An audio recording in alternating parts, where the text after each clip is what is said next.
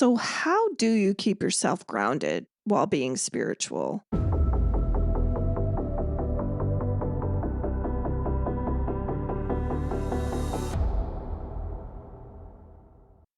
I believe and have always believed that spirituality exists to make our human lives better. If it wasn't that case, it wouldn't make any sense. Because if we believe spirituality, we believe that we're energy that exists past our human death. And so why why wouldn't we want to make our human life better? Because that's the purpose. That's the reason we're here. And so when I see people who want to escape their human lives to believe in something spiritual in a way that makes their human life seem less, I don't know, exciting, like they spend all their time channeling or talking to spirit or sharing downloads or talking about twin flames and all this stuff. And before I get too far, I've been through these stages. You can hear it in this podcast. This podcast is a record of me going through each phase of my spiritual growth. Well, maybe not all of them, but from when I started recording. It's at least a year, so that's something.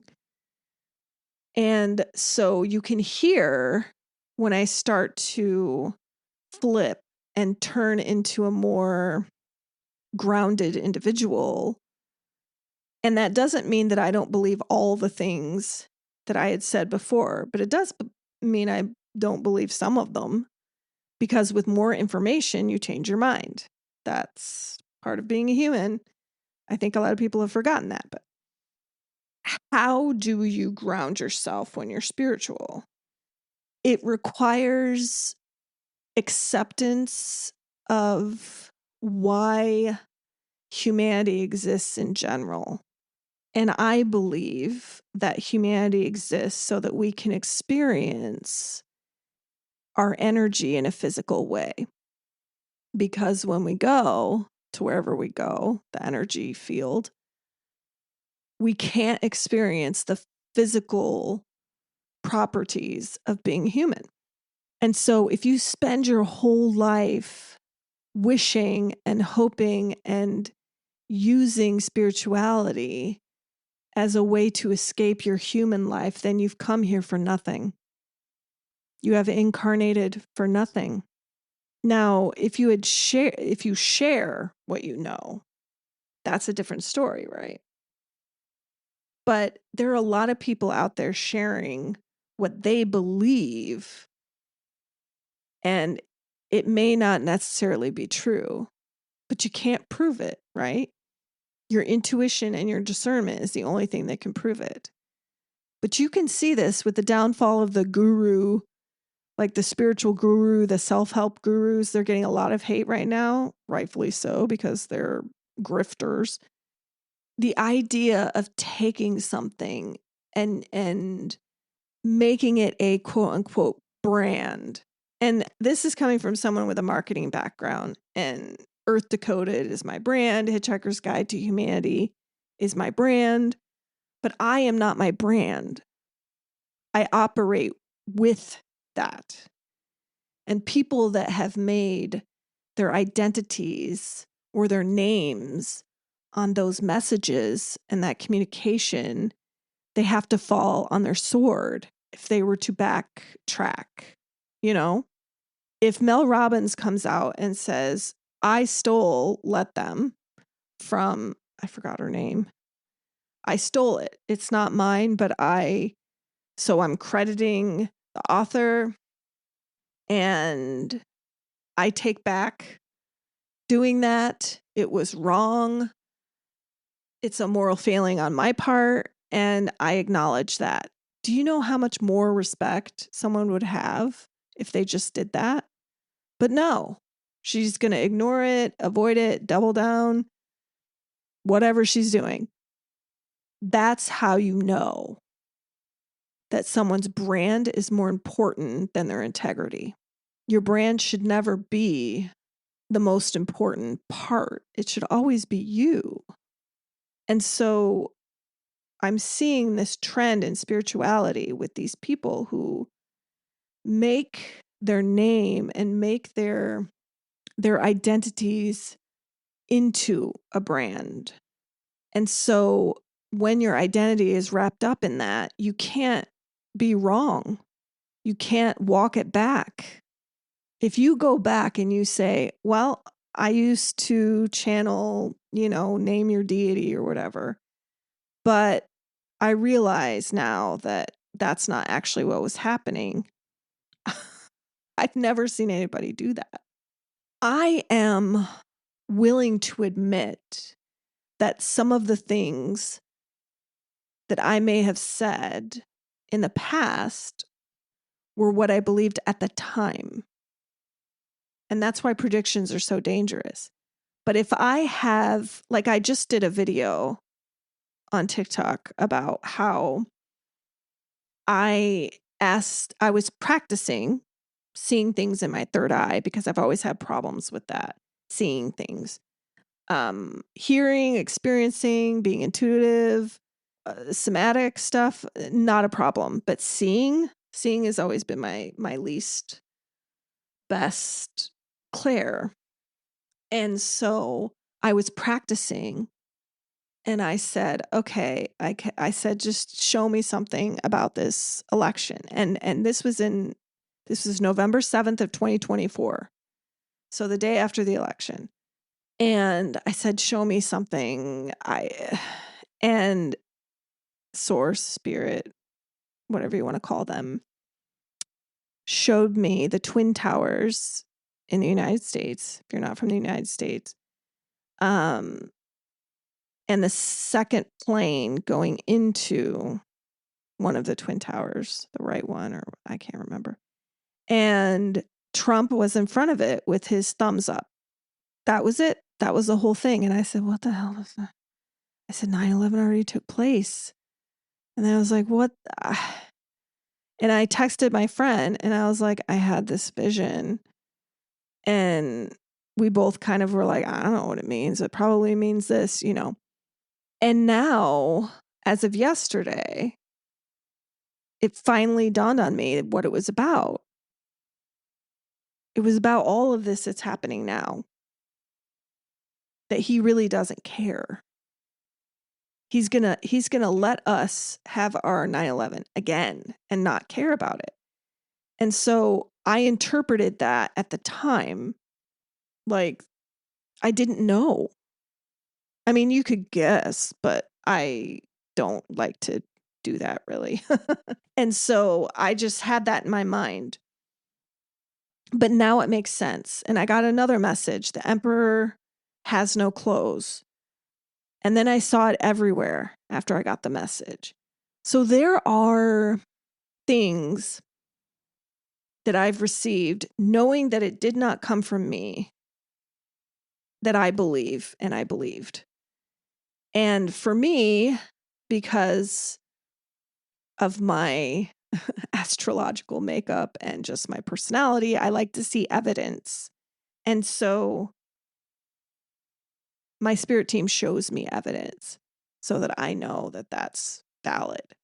And a lot of people don't need that evidence. And that's fine. It does not mean that what they're saying and doing isn't coming from an energy source, which is why intuition and discernment are so important.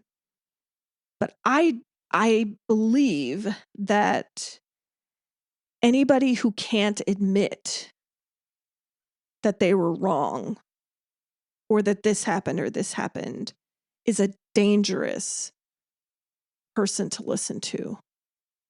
It seems so obvious and so logical to me, but yet a lot of these people have tons of money and tons of followers and tons of worshipers that will defend them to the ends of the earth. And it's like, what are you defending?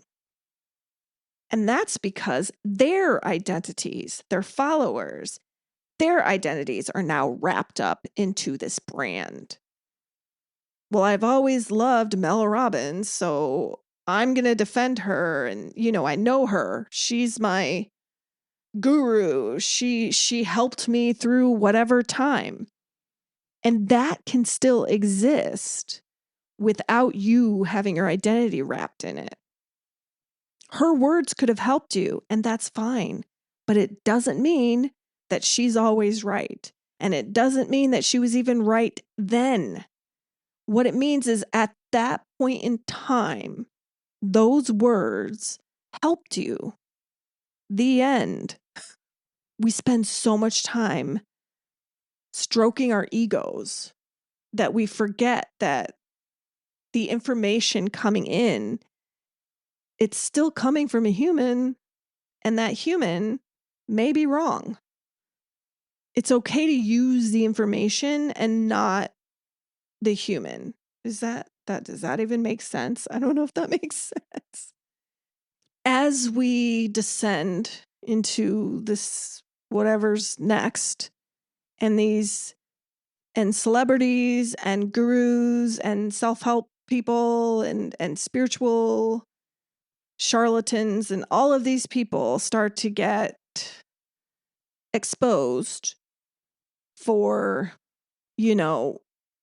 not being as wise as they appear, we need to reevaluate what we believe truly. I think it's vitally important that every human, each and every one of us, goes inside and says, what is it that I believe? Without my identity being wrapped up in some guru or something I was told as a kid or whatever.